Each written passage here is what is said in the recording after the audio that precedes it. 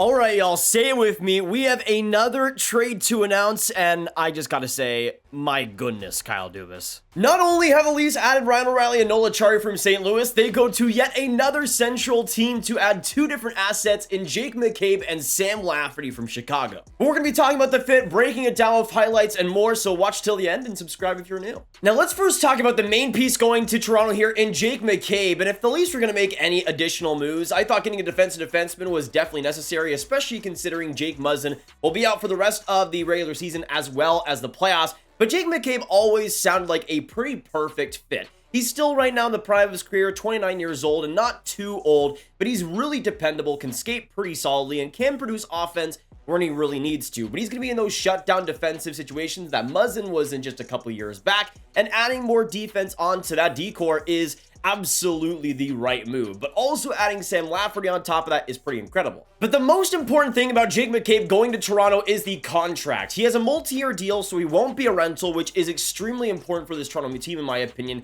And the Blackhawks will also be retaining 50% on top of things, which with McCabe making $4 million was already a pretty decent cap hit for his abilities. But now in Toronto, he'll be making $2 million for the next 2 seasons after this, which is an extremely good deal for Toronto, and especially with how many pennies they need every single year and saving as much as they can. Getting Jake McCabe at $2 million is a certified steal. But unlike Ryan O'Reilly, with Jake McCabe being a multi-year player, that to me is extremely big for Toronto, not just going fully into this year, but having a more competent decor for the next 2 seasons as well. But truly, that defensive awareness and that positioning and the way he's able to use his physicality is all at a pretty great level, and this year as well, in 55 games, he has 2 goals, 18 assists for 20 points. So he doesn't really shy away from offense either when he needs to, and can pass the puck pretty solidly. So he's not just a one-dimensional player here that Toronto's getting. He's somebody that they can put in a bunch of different situations, but especially on Toronto's defense, I think he'll be used in those defensive situations as he should. But in those big games, in those big moments, McCabe will likely come up big, and that's going to be so important for Toronto. But now let's look at the other player the Leafs got back from Chicago in Sam Lafferty. And just like Jake McCabe, importantly, this is not a rental situation. Sam Lafferty makes $1.15 for this year and next, and will be probably a big part of that bottom 6 again next year. And considering the Lightning just got Jeannot, the Boston Bruins got Garnet Hathaway, the Leafs add a player up the same echelon. And I think, especially with how good of a season he's had this year, he could create a lot for that Leafs bottom 6 that they wouldn't have otherwise.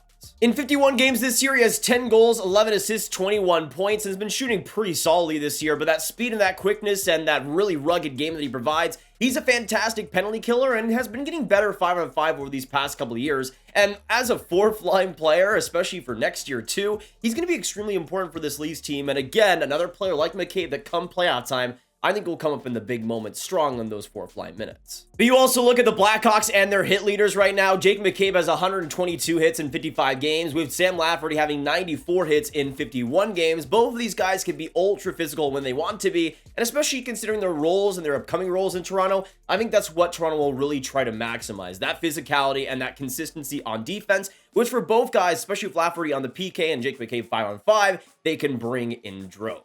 Now, on top of Lafferty and Jake McCabe, the Leafs actually get a couple of picks from the Blackhawks, including a conditional 2024 5th rounder, a conditional 2025 5th rounder. As for what Chicago gets back in the trade, though, they get Toronto's 2025 1st round pick, which is conditional, Toronto's 2nd round pick in 2026, as well as Joey Anderson and Pavel Gogolev. So a really interesting trade here, and for the Leafs, I think it was honestly a pretty good deal, but you also put on the 2 picks they got back as well. And I think for Toronto, this is a slam dunk move to make, especially with how much they're already going for it with the Ryan O'Reilly deal. As for that 2025 1st round pick on top of things, that pick going back to Chicago is top 10 protected. So if the Leafs somehow suck in 2025, they got a little bit of a safety net there too. But now all eyes look ahead to the matchup versus Tampa Bay and that extremely interesting 1st round matchup with the Bolts also going after Jeannot, and now the Leafs adding Lafferty, McCabe on top of Ryan O'Reilly and Nachari. It's going to be an absolute bloodbath in every single way. And considering how close it was last year and the additions the Leafs have made, this could be a really interesting series. And